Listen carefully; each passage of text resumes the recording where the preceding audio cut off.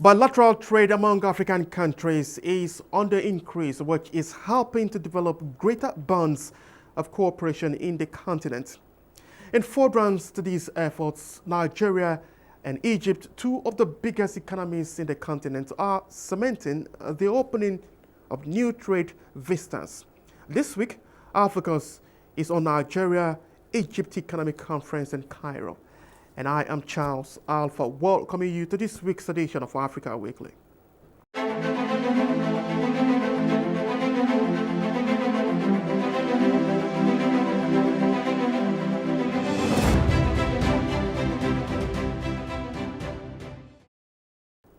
And now to begin with, Nigeria is moving towards being one of the biggest economies in the world, and increased collaborations with economic giants like Egypt is a boost to the journey towards economic greatness.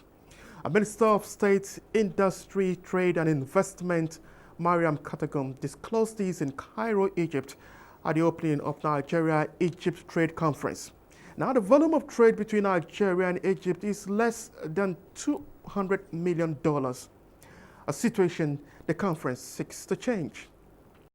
Conversations here have continued to evolve. It's actually convergence of business ideas from Africa's two largest economies, Nigeria on one hand and Egypt on the other side. And the catch is basically to showcase products and services through business-to-business interactions for exchange of ideas, and also serves as a platform for participants to explore opportunities, learn about the industrial environment and latest technologies in Egypt, as well as the opportunities that are available in Nigeria. We're home to 5 or 6 fintech unicorns in Africa.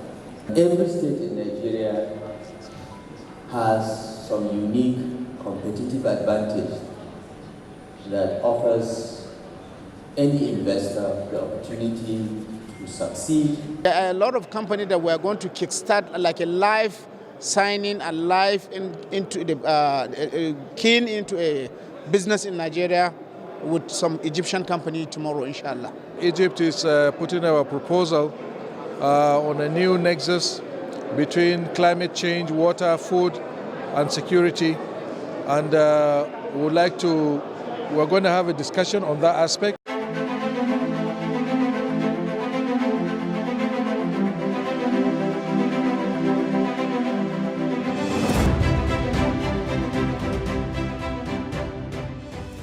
Joining us now via Zoom from Cairo is the Nigerian ambassador to Egypt, Nura Abarimi, whose office played a key role in the organization of the conference.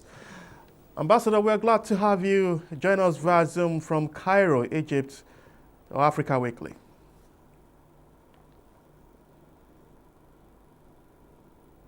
Thank you for having me. Hello, Ambassador, if you can hear me, can you help us, assess the outcome of the just concluded Nigeria-Egypt Trade Conference? Thank you very much. By any stretch of the imagination, the conference was a success.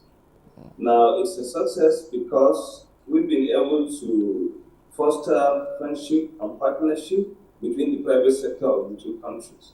There has not been a lot of interaction between the private sectors of the two countries, and we felt that it is unacceptable, with Nigeria being the #1 economic superpower in Africa and Egypt being the #2, that the volume of trade between us is negligible.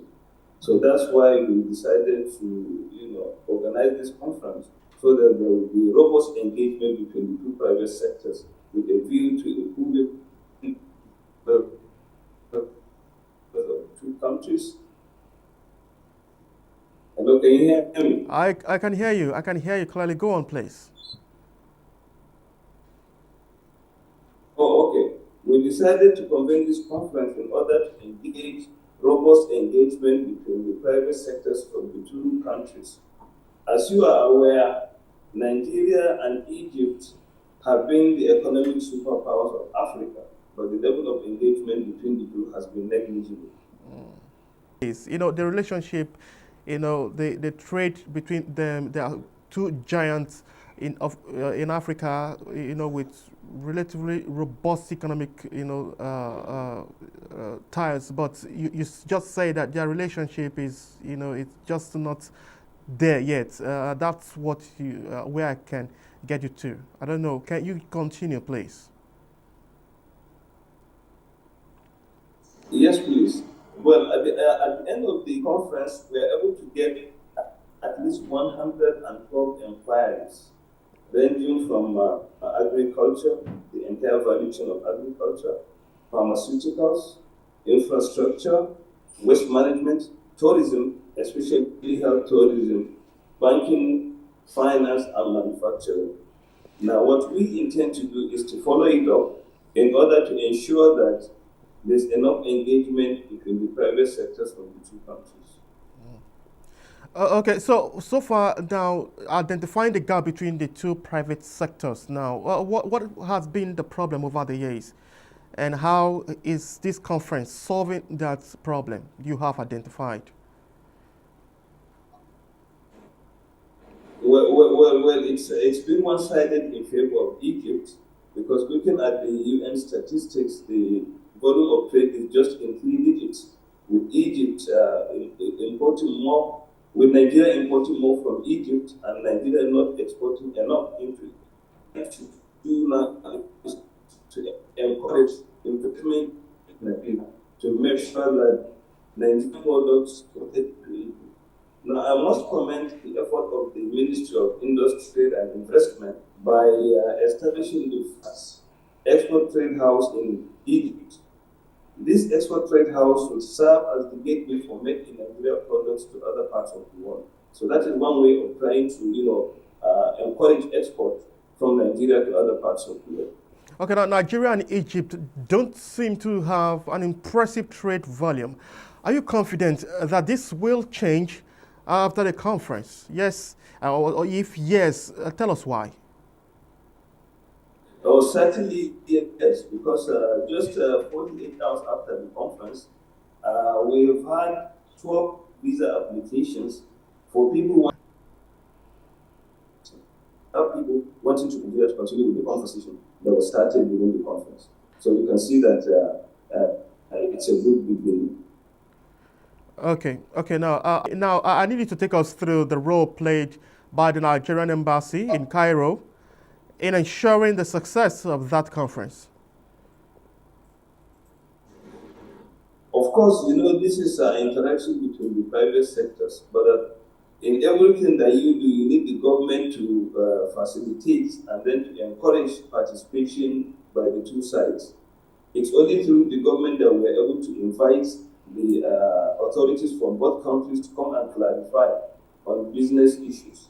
From the Nigerian side, we had the Minister of Water Resources, Minister of Trade and Investment. And on the Egyptian side, we also have the Minister of Trade and Investment and other key government sectors who came to clarify on government to government and then on also government to private sector partnership. They also clarified on legislations and then ways of doing businesses in both countries. Particularly, the Registrar General of Corporate Affairs Commission played a key role in clarifying how to establish companies in Nigeria and how to do business inquiries. So the Nigerian embassy played a key role by bringing those government sides together and also by facilitating and encouraging participation from the private sectors of the two countries. Okay, now going forward, I need you to help us, paint a picture of the kind of diplomatic relationship that has existed between Nigeria and going forward, what it should look like, Nigeria and Egypt. Well, the relationship between our two people predates even our independence in 1960. We've had people, especially from the northern part of Nigeria, traveling to Egypt for trade, to study, and even to marry from there. But since the establishment of formal diplomatic relations, our relations have been warm and cordial, and it is the determination of both countries to deepen and strengthen those relations. One way of doing that is to encourage the participation of our two private sectors to develop our two economies. Since you assumed office as the Nigerian ambassador to Cairo, Egypt, so what can you say has been or have been the achievements, some of the life-changing events for you, there since you took office? Well, as I said, the relations have always been cordial, but what we've been trying to do is to encourage the participation of women of our two economies. We've had high-level visits on both sides, and we'll be able to hold consultations with a view to improving our relations. Our citizens have been law-abiding, and we try to encourage them to continue to obey the laws of the country. And that is one way of improving the image of Nigeria. We require that please, the Nigerian media should also play their part in, informing the world about Nigeria's enormous potentials. Like you see, a lot of people didn't know about even the Commerce 44 strategy of the Nigerian government, where 11 agricultural commodities, 11 manufacturing products, and 11 solid mineral products are being promoted to be taken to 11 countries from different parts of the world.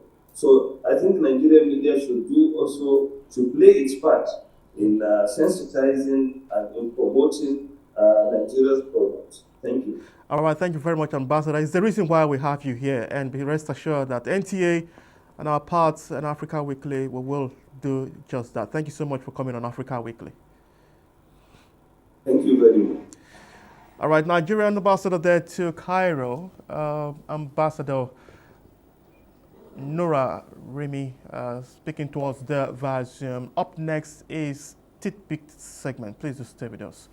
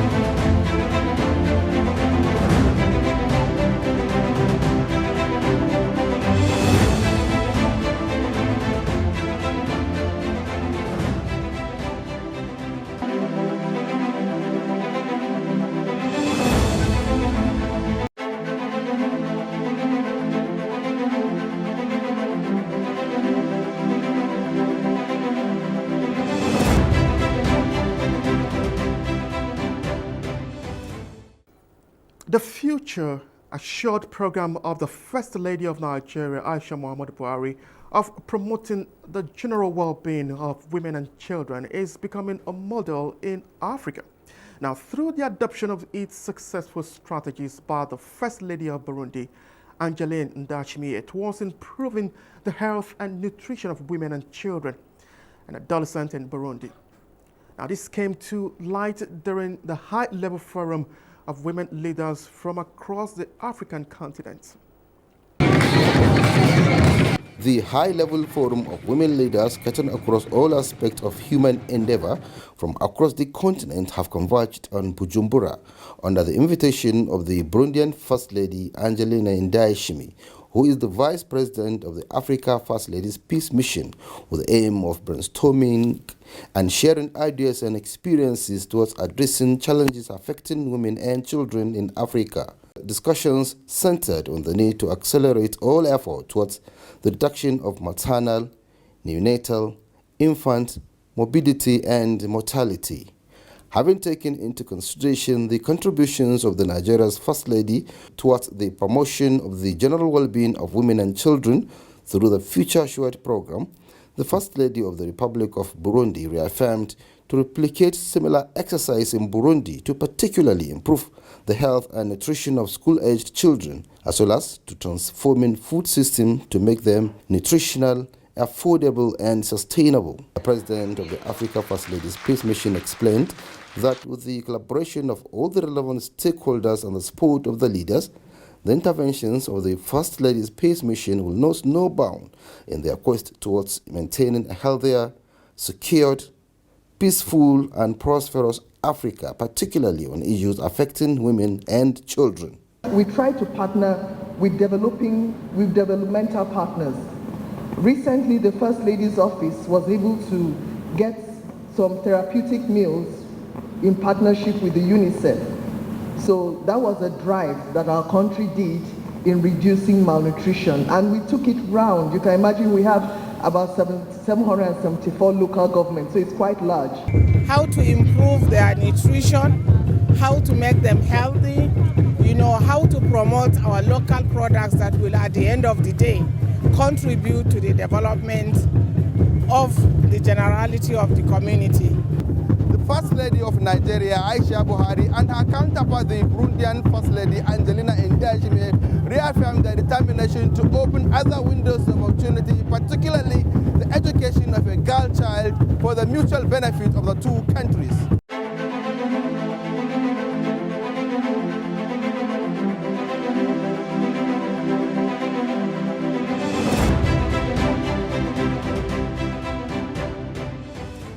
And still staying with Nigeria, Nigeria now is making efforts to deal with maritime criminality, one of the modern challenges affecting the Gulf of Guinea.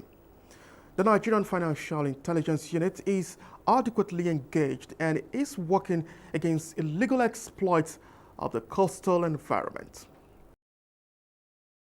Across West Africa, Nigeria apparently has the highest assets in dealing with the variability of maritime criminality, be it the illegal oil business or foreigners fishing without requisite licenses, as well as drug trafficking.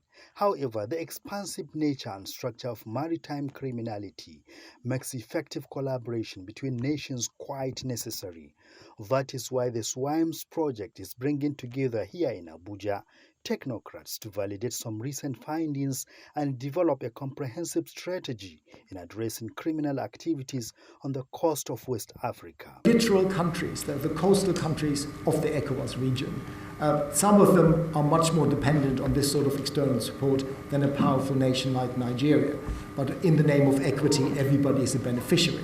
Take, for example, Guinea-Bissau has about 88 islands, and most of those islands are uninhabited.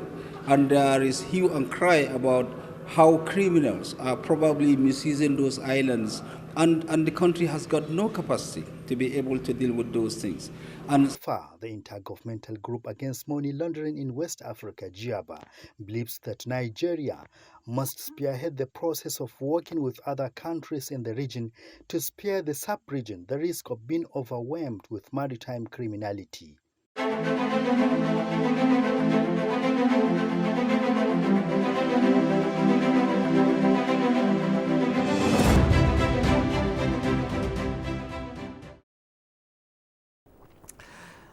And now to other matters, General Muhammad Idris Deby Itno has been formally inaugurated as the President of the Transition Government and Head of State of the Republic of Chad. Now, this followed the extension of the country's transition period to democratic governance to 2 years by the National Sovereign Inclusive Dialogue, otherwise referred to as Forum for National Reconciliation.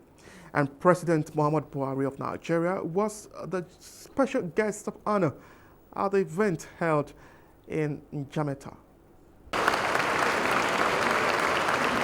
The January 15 conference hall in the heart of Njamena was filled to capacity as the 38-year-old General Muhammad Idris Deby takes oath as head of state and president of the Chadian transition government.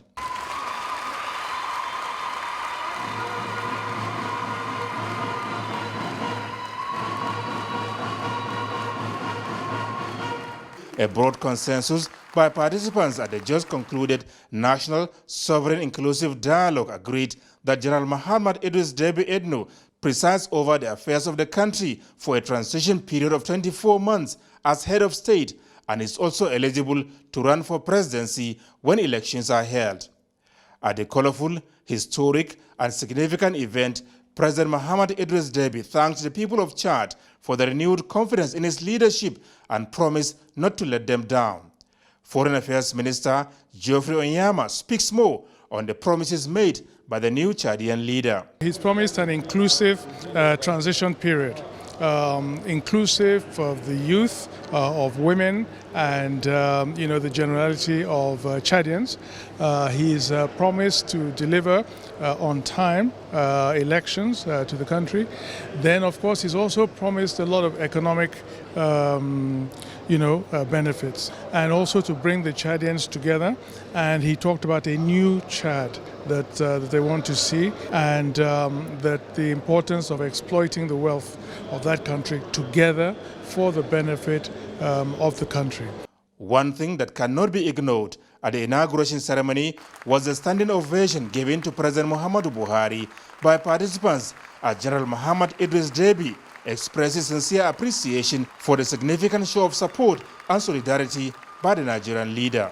He said Nigeria has been a very loyal friend that has really stood by Chad, without which Chad, he felt, would not have come so far. It is important for the country that this powerful neighbor, Nigeria, stands with them at a moment when they are making this important decision to begin the process towards a democratic government. But what informed President Muhammadu Buhari's decision to personally grace the occasion, despite the seeming lack of support and endorsement yet by the international community of the new transition arrangement in Chad?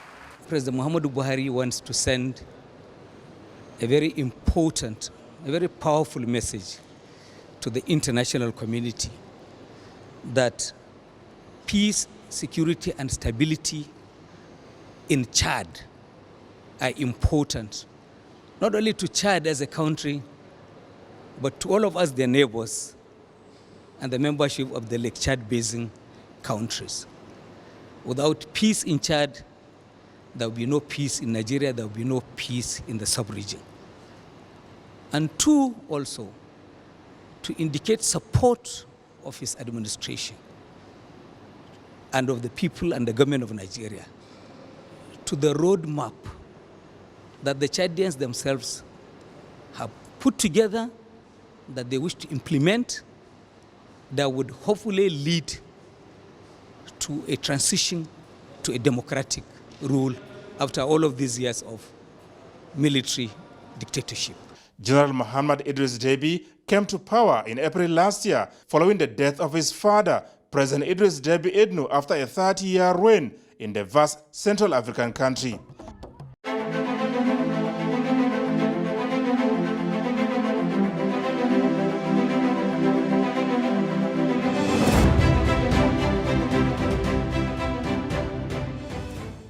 That's our package this week on Africa Weekly. Many thanks for being part of it. I remain Charles Alpha, your anchor.